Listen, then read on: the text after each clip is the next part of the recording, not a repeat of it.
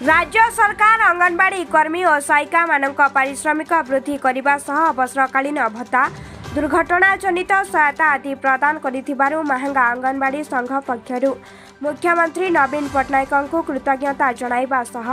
5T सचिव भिके पांड्यान और महंगा विधायक प्रताप जेना को कृतज्ञता जणाइछंती। एही अवसर में महंगा अंगनवाड़ी संघ सभानेत्री रश्मिरेखा महंती नेतृत्व में आयोजित सांबादिक सम्मेलन में सांबादिका रति लेंका, सविता दास, श्रुति प्रियदर्शिनी सिंह, युक्तिरंजिता शतपथी, हरप्रिया पंडा, रश्मिता दास, हरप्रिया महंती, ज्योत्स्नामयी दास, रश्मि लेंका, आशा लता, सागरिका जेना समेत बहु कर्मकर्ता उपस्थित रही मुख्यमंत्री नवीन पट्टनायक एभली पदक्षेप को स्वागत करिसेंती। एने आम प्रतिनिधि पचारिबारु सेमाने जहा कहती आसंतु शुणिबा। पूर्वोडिशा रजीव रमेश साहू रिपोर्ट, संग्राम टीवी। अतिलंका महंगा अंगनवाड़ी एसोसिएशन सेक्रेटरी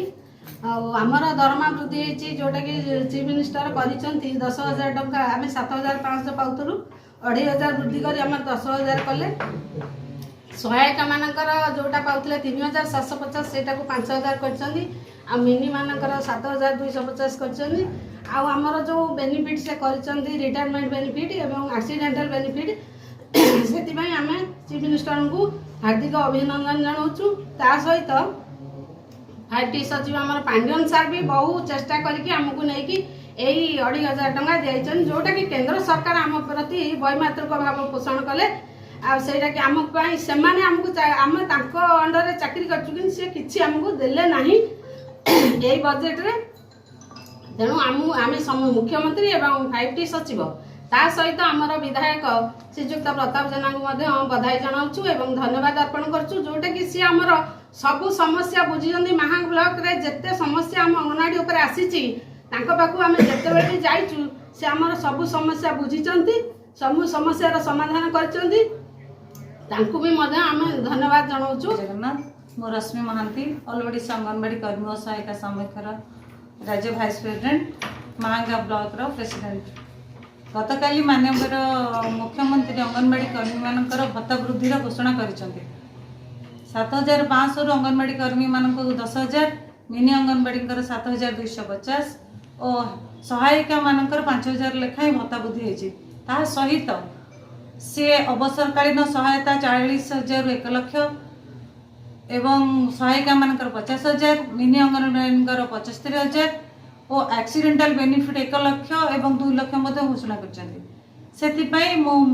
महंगा ब्लॉक तरफ महंगा अंगनवाड़ी संघ तरफ माननीय मुख्यमंत्री श्रीजुक्त नवीन पट्टनायक भिके पांड्यान सर एवं आमर महंगार एमएलए श्रीजुक्त प्रताप जेना महोदय को धन्यवाद ज्ञापन करुच्ची जे से एभली एक ऐतिहासिक पदक्षेप नि स्पेशल प्रताप जेना महोदय को धन्यवाद देवी ये जे से एभली एक रास्ता नहीं आमको जो रास्ता जाई आम सीधा सड़क सरकार संगे आम समस्या को आलोचना कर मोर कृतज्ञता जनाइबी आ विभिन्न समय भी से ब्लॉक लेवल जहाँ समस्या आम जेबे भी जनईचु जाए जे आम समस्या सार सी बहुत शीघ्र तुरंत पदक्षेप नहीं आम समस्या समाधान करने को